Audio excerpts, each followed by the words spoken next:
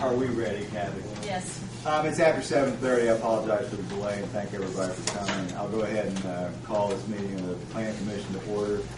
I think we a roll call to everyone who's attending, of course, on phone.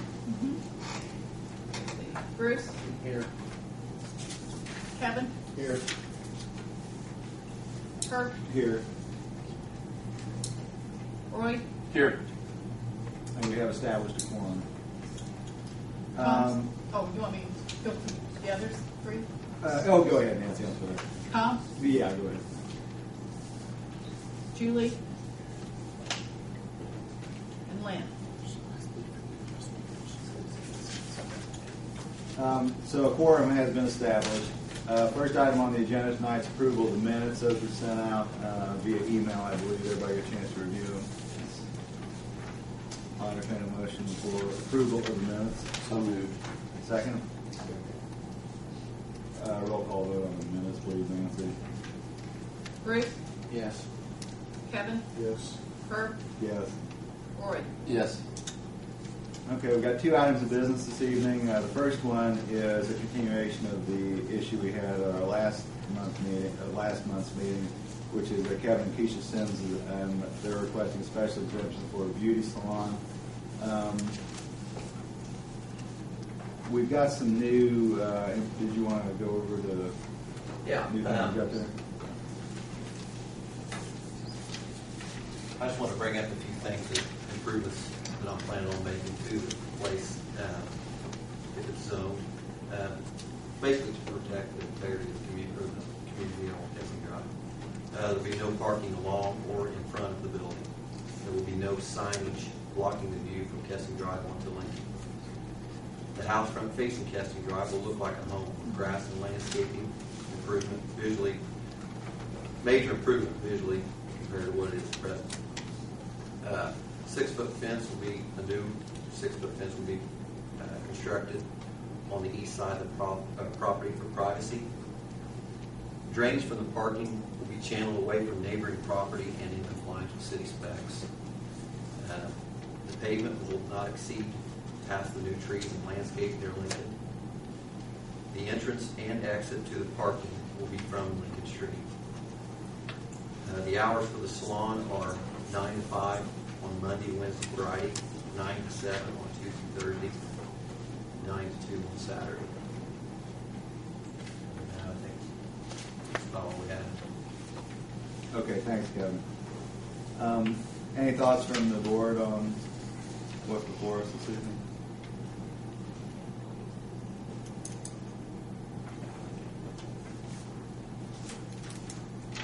The only thing I had about your property and your map, your little diagram that you had drawn up here, your annual parking for the employees right here along Lincoln Street.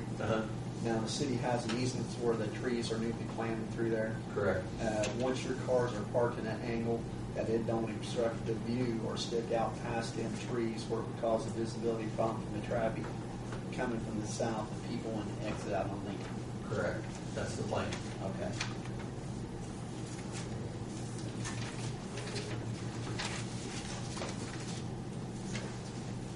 And your water, you're going to run it out to the front of the house to the catch basin that lies in the yard in front of the property, correct? Well, the water will run at an angle to the catch basin and the rear.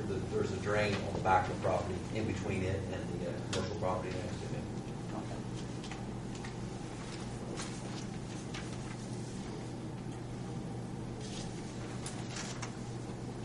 Okay. Any other comments from the board members? Any further comments from anybody in the audience? Yes, ma'am. It's the same comments that we made last month about the covenant thing. And, you know, like I said before, once you let one property go commercial, then next it'll be the whole house property again. And the covenant thing, it was used probably 30 years ago when they tried to put a duplex down at the end of the street where Dan Mattis's house is now. And whoever the board or whatever it was that decided then said that, yes, that covenant did apply, and it says in there you can't have a duplex or a building too tall or anything, no business. And then, you decided on the whole houses property that the covenant worked there too, that you didn't change the zoning then. So it's all the same thing as far as we're concerned. Okay, thank you. Yeah, Kevin. Another point I'd like to bring up, there is one, as you see on the paper there, Zone B2 in that edition in 2008. We're not going to change none of the building property, basically adding the parking lot to the rear. Other than that. And, I mean, we are wanting to zone this for this business. We're Not not correct. zoning it and then We're not- selling it to make money. We're wanting to, so if that's how the other ones went, if they were just want to get it zoned and then offer it out there to whoever wanted it, I mean, that's not our intent. We want it for our You'll be business. restricted on the special exception. Right. It only goes to you Right. and your business, and you can't change businesses or Exactly. sell the property and sell the business, and the new owner would not be granted the same. Correct. And that's our intention. Right. Sir? I got a question. Has any of the board members went out and looked at this property? No. Like, I have. I have. You have looked at it. Has anybody done any measurements, or is it just basically going off a drawing? The It's going off the scales, scale from inch to feet. 10 foot. If you want to look at the drawing, would you like to look at the drawing? And then here is actually, you can see, that property there is 108 in the back, where your lots, everybody else is in there is 80, and then plus, the side of it, or the side of it, being a corner lot. With what I've drawn up, I think there's approximately 17 spots you can get there. And yet, what's your name, Jeff? What's to keep anybody from parking on Scott said he Kecia would have Drive? to look at it. I would have to There's going to be no Just like business this. entrance. There's no Leaving the entrance street. for there.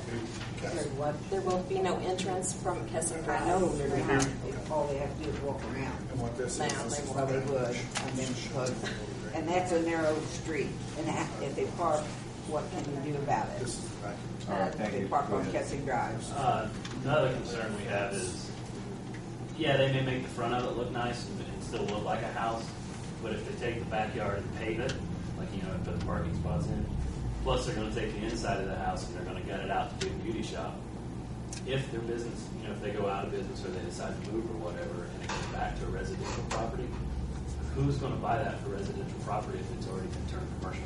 I do remodel. Yeah. We will remodel it to make money. We won't lose. Well, and we're not discussing rezoning. I mean, Right, we're not. Yeah, it's going to remain residential. Yes, ma'am. I'm a house right next to this place, and I bought this house as a residential home.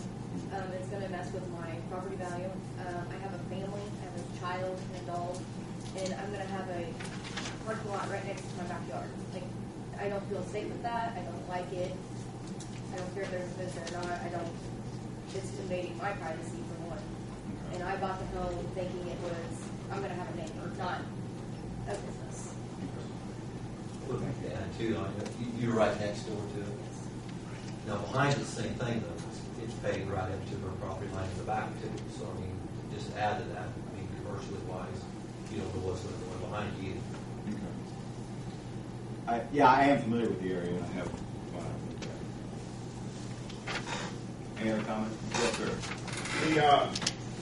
Has there been any studies to show whether the drainage is going to be able to handle this runoff from being all paved? Our city engineer is here, and he can probably answer that question. You sure don't look like it. Yeah. What was the issue? Drainage of the I know you talked with Kevin this afternoon, I believe. Right, briefly. You talked to Kevin. That's what he's got shown. Those are the water. And we did install a new drain right at the back side of the wall. Well, Todd Reisman and Bart Kroger's friends of mine, they went over with me explain to me what I need to do to make it drain properly and how to do it. We did add drainage for this property, several additional storm sewer inlets for this. And we're only talking, what, 100 by 65 area, including what's already there. And you're going to be limited by the capacity of the drains and the pipes that are there anyway, so the flow has to come back up on this property. So in your opinion, the drainage wouldn't be Not a whole lot. an issue With the neighbors. Yeah. Yes, sir. Back up on any property is going to be detrimental for the neighborhood. I think what you're saying is it's going to, if it flood regardless of changes to property, correct, Eric? Well, storm sewers are only designed for a 10-year storm. If you have a storm that exceeds a 10-year storm, you're still going to have standing water. Are you saying that if Lincoln Street's underwater, it's going to be underwater regardless of whether or not this property is partially? Okay. But you've only got 12-inch pipes coming off of this property, and you've only got so much inlet area to let water in. And if you get more than that water going to that inlet, it's going to pond at that inlet. So if there was backup of water the way this is drained, it would be on that property. And it shouldn't stand for more than an hour after rain. Any other comments? Scott? As always, anytime there's a special exception looked at for a business change from one to the other, I just ask that if this is granted this evening, that they abide by all fire and building codes in their modeling, and we'll work with you on the, if the board chooses to do so. Anything else? If not, I guess we are entertaining a motion to grant a special exception for this business. I'll entertain a motion. So moved. Second? Second. Got a roll call vote, Nancy? Bruce, Yes. Kevin, Yes. Herb, Yes. Roy, Yes. All right, that exemption is granted then. Next item on the agenda is the signed ordinance draft. Did you all receive, since I was on the committee, and Kathy and I, did everybody get a copy of that? I did. Okay, this is just a draft. This is kind of what we came up with this afternoon. We already had a meeting with Sean Green about some concerns he had with it as a sign business person, and we've taken some of those things as far as numbers into consideration. But mainly this is just for you guys to look through and come up with questions that you have about the ordinance. This is not in ordinance form. I don't know if Tim's got a chance to.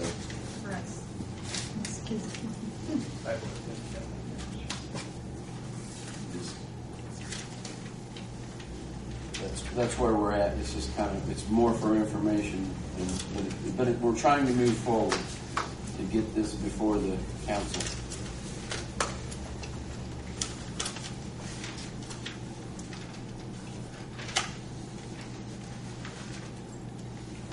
So have you had a chance? Just by way of this coming to you, this started earlier in the year. Sean Green had come to the mayor and talked about some frustrations with the existing ordinance and it not having enough definition and clarity to it.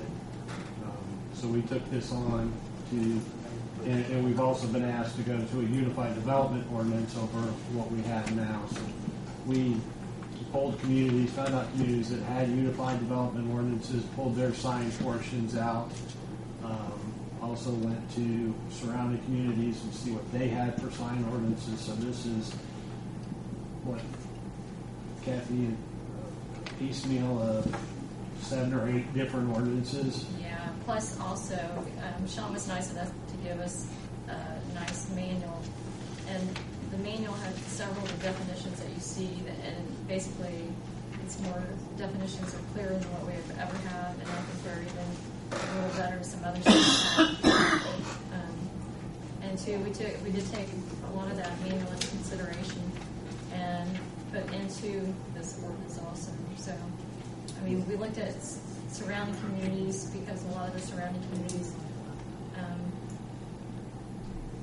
basically are going to the unified development or have gone to the unified development. And we looked at their ordinances because of, number one, being close in proximity to us, and a lot of the same contractors go from each city. And then we looked at other cities like Carmel and Noblesville and Richmond, Crawfordsville, Mason, Ohio, Danville, trying to keep, the size-wise, same size city, population-wise, when we looked at some of these. And again, our goal, because of wanting to change the land use ordinance to a unified development ordinance, we tried to keep it with those communities that already have one or are going that direction. So, could you guys highlight some of the major changes that are in this? Or you want to speak on the type of signs? Yes. One of the things that we really felt that we wanted to do is the signs you're going to see in the future, if this is passed, one of the things, they're all called monument signs. There will be no more pole signs. There will be some that can extend, there will be on buildings. That's not, I'm talking about out in the street, by the street for the display. They will all be close to the ground, whether they landscape them or not. I mean, that's kind of up to the individual owner. But really, they're what are called monument signs that we're going to try and do away with in the future. Pole signs. These, understand, this won't affect anything that's existing. It won't affect anything that if you go in and start a new business and it says Roy's now and you want it to say Herb's, you can change the face of the sign all you want. You can't make it lighted if it's not lighted. If you light it, that becomes a new sign, and then you're subject to the new ordinance. But and no one that's existing will be affected by this ordinance at all. But the main thing was to really stop it looking like sometimes it does down Lincoln Street, where it's like 10,000 signs in a row all up in the air.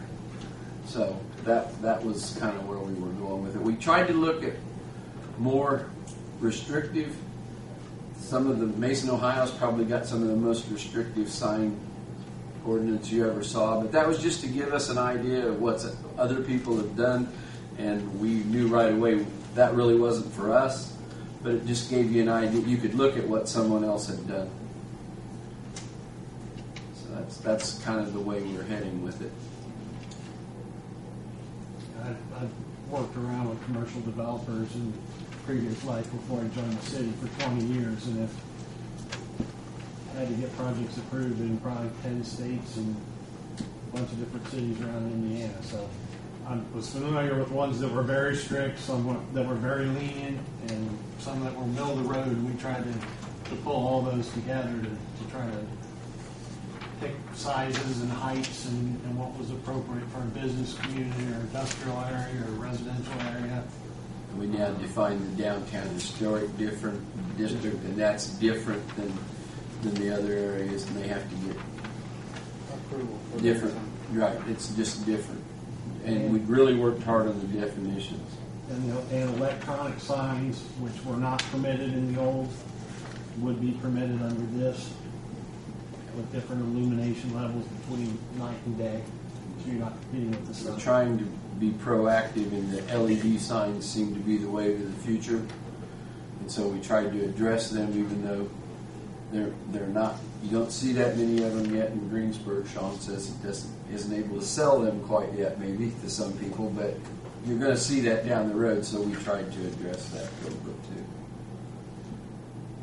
Yeah, I did read this over, and it looked like you guys did a very good job with it.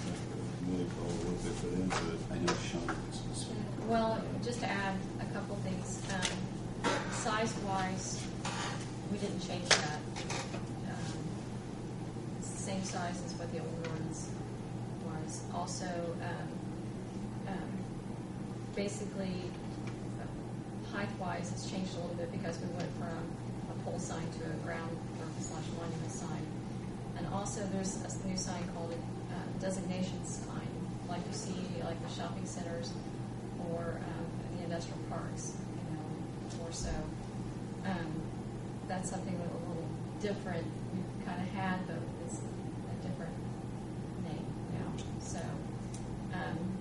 I think this is more clear than what we have. I think it'll fit in better with our new ordinance that we're planning to adopt or trying to adopt down the road. And we listened to Sean for a couple hours today. We wrote several notes down, to take a look at things and change word, verbiage around. So, brought up some good points. When do you think this will be ready to move forward? If you guys were waiting, if you guys have any comments you'd like to make on it or things you'd like to see changed, I think our goal is to get it before the city council by December. Sean, did you have a comment? Yes.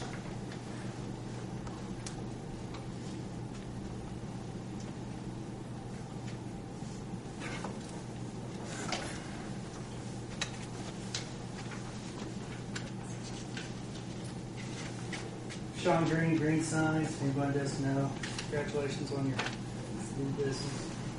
I have 25 years experience dealing with signs, small, medium-sized business, and experience with multiple sign codes throughout the U.S.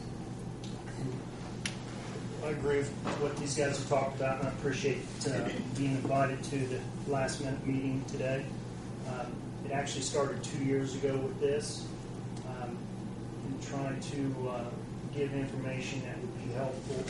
The existing ordinance does have many flaws. It has as many as the existing proposed ordinance has as many flaws as the existing one. It still has a lot of work to be done. And some big concerns are some personal feelings involved, or because another city like Carmel or Fishers or some other fancy city that Greensburg is not and never will be, or should it be. Pulling stuff in those cities does not make sense. Also, personal feelings involved with a lot of this does not make sense.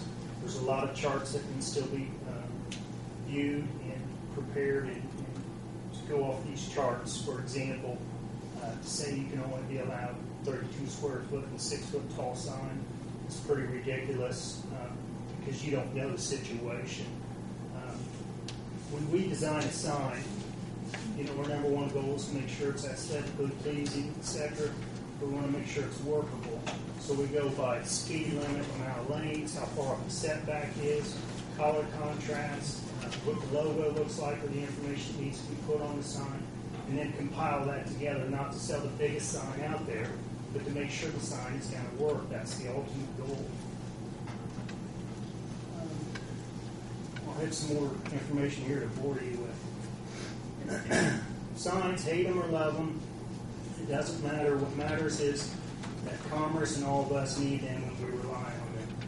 Businesses exist in a highly competitive environment. To succeed, a business must be able to communicate with customers quickly and effectively regarding the products or service it offers. For the most businesses, the most cost-effective and efficient form of advertising to potential customers is on-premise signage. Signage is a business's basic link to consumers. This is true whether the sign's purpose is to promote impulse, stop and shop, create awareness for a product or service for future reference, or to mark the building site and location to aid in motorist safety. The sign performs many functions, from letting people know who you are and what you offer to assist safe driving decisions and wayfinding. And that's another big concern with the 6 foot tall sign. It is a fad. It's been a fad throughout the U.S. And sometimes people catch on to it at a later date, and I feel Greensburg's doing that. The sign performs visible, readable sign is necessary to the success of any business. Many industries can attribute a large percentage of business to their signs. A visible, readable sign can make the difference between profit and loss for many businesses. It may be just a sign to you, but to the business owner, it might be a last-ditch effort to save his business and provide for his family. It might be the next couple of jobs created. The on-premise sign should be considered and treated as a full-function communication and design system. In any setting, the sign should be easy detectable because it is a sufficient size and height not to be masked or obstructed by traffic or other objects in the visual field. Its legibility, and it must stand out from its background. Without a properly designed and placed business sign, a site cannot function as a full economic potential. On-premise signage can be a business's single most important advertising vehicle, whether used to create brand equity, to promote impulse buying, or to safely guide consumers to a business. Signage can be the difference between a business's success or failure. Signs are crucial to safe movement by the traveling public and are a primary wayfinding device employed by U.S. streets, roads, and highways. Traffic risks and accidents occur in part because people are not provided easy access to information necessary to their purpose. Drivers look for and expect to find signs telling them where to go and what is available once they get there. A sign that is too small, inadequately placed, poorly illuminated, or conspicuously is frustrating to mobile consumers. Readable and conspicuous signage clearly identifying a business is very helpful and safe wayfinding. Signs are powerful. They guide us, they make us think, and they make us respond. Everyone remembers a good sign. They actually make an impression on us. The ultimate goal is to have a sign ordinance that is friendly to small business, easy to read and understand, and to minimize variance meetings. The average variance meeting costs small businesses time, effort, and money. Slowing commerce and strict government will not help the city of Greensburg. We recommend adding 4 reputable business owners to the sign committee. The existing committee has some smart people on it. They do have background knowledge, but the ultimate goal is individuals that purchase these signs are business people. I feel they need to be on the board and have their 2 cents to make a fair ordinance roll. Thank you. Thanks, Sean.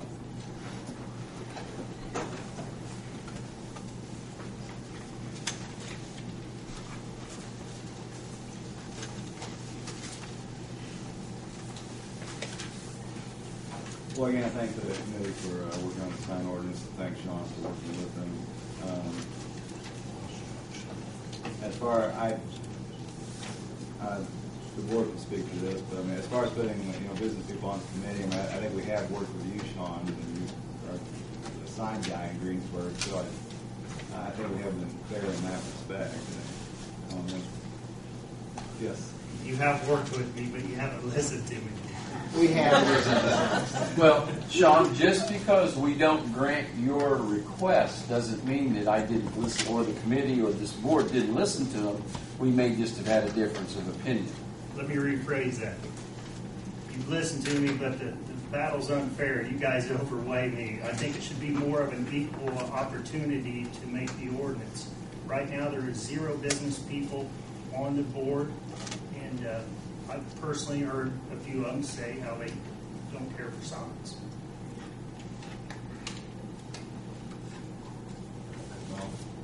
Ultimately, the business has to be successful. If business is successful, the city's successful. And if both of those are successful, taxes should be lower because more revenue is brought in. The businesses bring in more tax than anybody around. And I agree. I mean, I think our challenge is obviously make an aesthetic community with a sign ordinance that works for everybody, and then obviously we don't want businesses to fail here in town. So, Right. I mean, our challenge is to try to create that happy medium. Other communities that are close by that are more in par with industry, what it has to offer would be Columbus, Indiana, and Seymour, Indiana. Seymour, Indiana has a long way to go. It's hodgepodgey and has a lot of different things like Greensburg, and I look forward to Greensburg wanting to make aesthetics more pleasing and signage more pleasing.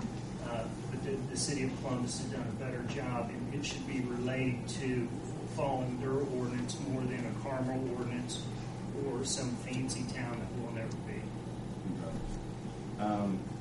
Well, our goal is to have this to the city council before the end of the year, which will be the December meeting.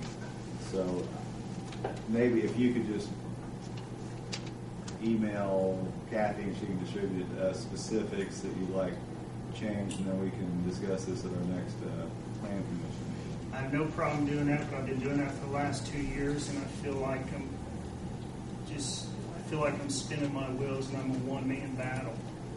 Unfortunately, the city of Greensburg has a lot of older businesses that are pretty comfortable with their building image, their sign image, and they aren't here supporting it, unlike other cities that I've been to in meetings similar to this, where they have more progressive, newer businesses, younger people that understand the value and that are at these meetings participating and overwhelming people with the facts like I'm trying to do as a one-man battle. I would suggest that our association, I've been backed by our International Sign Association and the Midwest Sign Association, and we have funds for help in this matter. And, if I can't get across or utilize my time effectively with the board, and then we can have help support from our associations to do that work.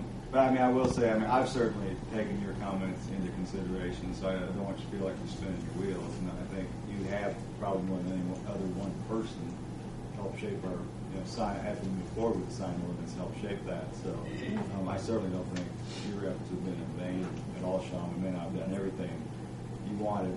I don't expect that. I appreciate the comment. And you can understand that. Obviously, if I sold signs, I'd want everybody in town to have every kind of sign you could possibly have. But we have to look at it from the citizens of the community as well. And try to come up with that.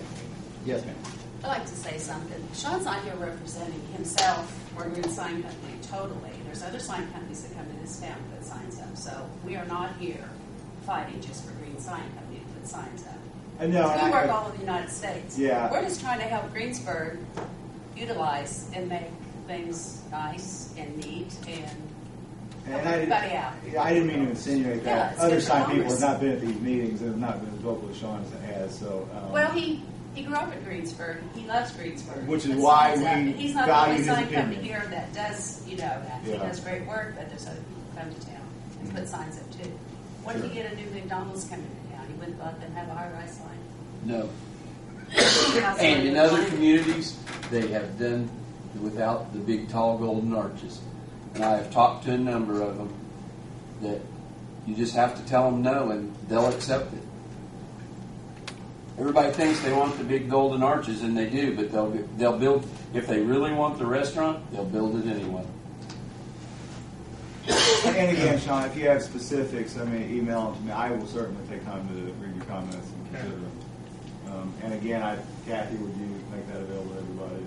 Sean emails it, so it's about the best I can do. So right now, we will have a sign ordinance draft on the agenda for our next meeting. Any miscellaneous items to come before the board? If there's no further business, I'll entertain a motion to adjourn. So moved. Thank you.